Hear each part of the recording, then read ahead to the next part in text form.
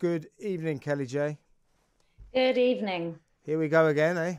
Another one. What are your feelings about this? I mean, this just beggars belief, doesn't it? That these woke police forces, because some rapist says I identify as a woman, that goes down in the record books as a rape by a woman, which is not legally possible. And so we have warped data about female crimes. The poor female gender is getting lumbered with all these awful offences that weren't committed by women. And yet the police are so woke that all you have to do is say, I identify as a woman, and they actually treat you as if you are 100% a woman. And the Home Secretary's had enough of this. What are your feelings about this? Well, thank goodness she's finally had enough of it. It's been going on for such a long time. It's right the way through the judiciary, I'm afraid. It's not just recording male crime as committed by women. It's also a failure to recognise those men throughout the court process. Women who have been subjected to male violence are expected to call the perpetrator with female pronouns and so on throughout the court cases. It's just never ending. There's a woman called Maria McLachlan who was assaulted by a man called Tara Wolf. And throughout the court case, she got penalised by the judge because she didn't use the pronoun she for the man that punched her to the floor. So it's really, really serious. I mean, it's ridiculous, but the consequences for women are really serious. There was a transgender prisoner called Karen White, who identified as a woman and was therefore transferred to a women's jail, whereupon I have to say she sexually assaulted two women in the prison, and still has to be referred to as she. You know, I mean, we have to go along with the rules. These are the rules that affect journalism as well as the legal system. But shall we say that I think it's worth raising your eyebrow about this kind of thing? Yeah, absolutely. And there are pressure groups that were set up specifically to mutilate language and to silence people from being able to speak very plainly when it comes to who is a man and who is a woman. And obviously you're duty bound to participate in that lie because you're not allowed to use accurate language, whether you like it or not. And I think it's time we just started unraveling this absolute nonsense.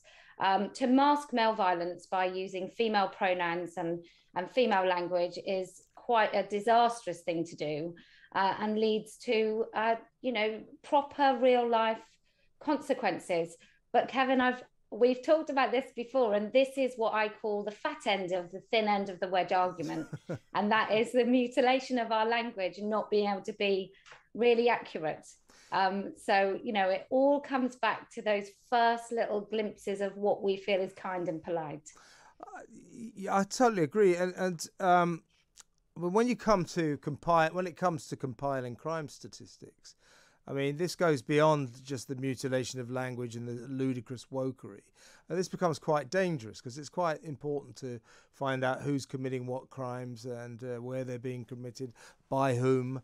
And these are police forces who are almost willfully recording these offences in a wrong and inaccurate way. Extraordinary.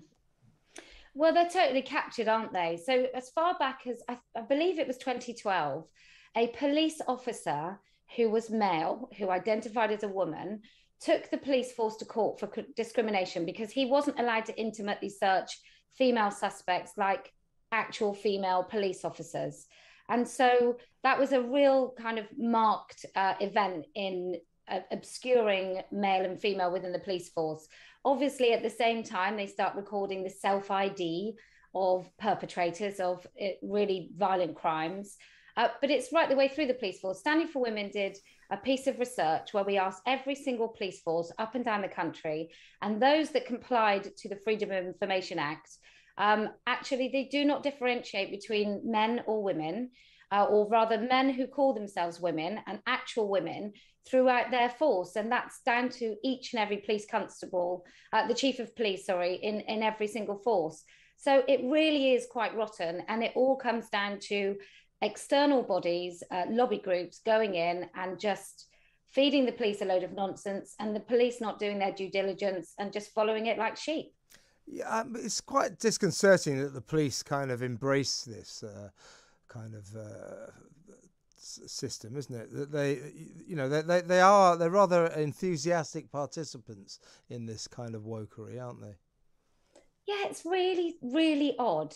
So I had a police officer at my house when somebody had made a vile website about me with pictures of my kids, and I could barely get that police officer to leave my house. But he sort of said, well, it's your fault. If you will say things about women's rights, then what do you expect? But at the same time, they are just going along with this stuff. There's, burglaries are at an extraordinary rate. You had dog theft throughout lockdown, and I don't think people necessarily feel that safe with the police force. But it seems that they're more likely to knock on your door and have a go at you for misgendering than actually ensure that you are safe and sound on the streets of the United Kingdom. And I also feel if you say you take someone like Karen White, who we have to stand by her rights as a woman, this is someone who is was sentenced for 2 counts of rape, 2 sexual assaults, 1 offence of wounding. She's got previous convictions for indecent assault, indecent exposure, gross indecency involving children, animal cruelty and dishonesty. Why do I have to give a damn about her rights? Well, I have no idea. I certainly don't. I hope that he actually goes to a male prison. You might say that, Kellie-Jay. Well, I hope that I have the privilege of being a guest on your show, that I'm not duty bound by the ridiculous wants of Ofcom or IPSO, whoever it is that governs you. But I certainly cannot. I just can't bring myself to call someone who's a rapist and a paedophile who's injured women and children. I cannot bring myself to say she, no matter what he calls himself. Now, how am I going to respond? I'm going to respond to that by saying, I hear you, Kellie-Jay. And thank you so much for your time.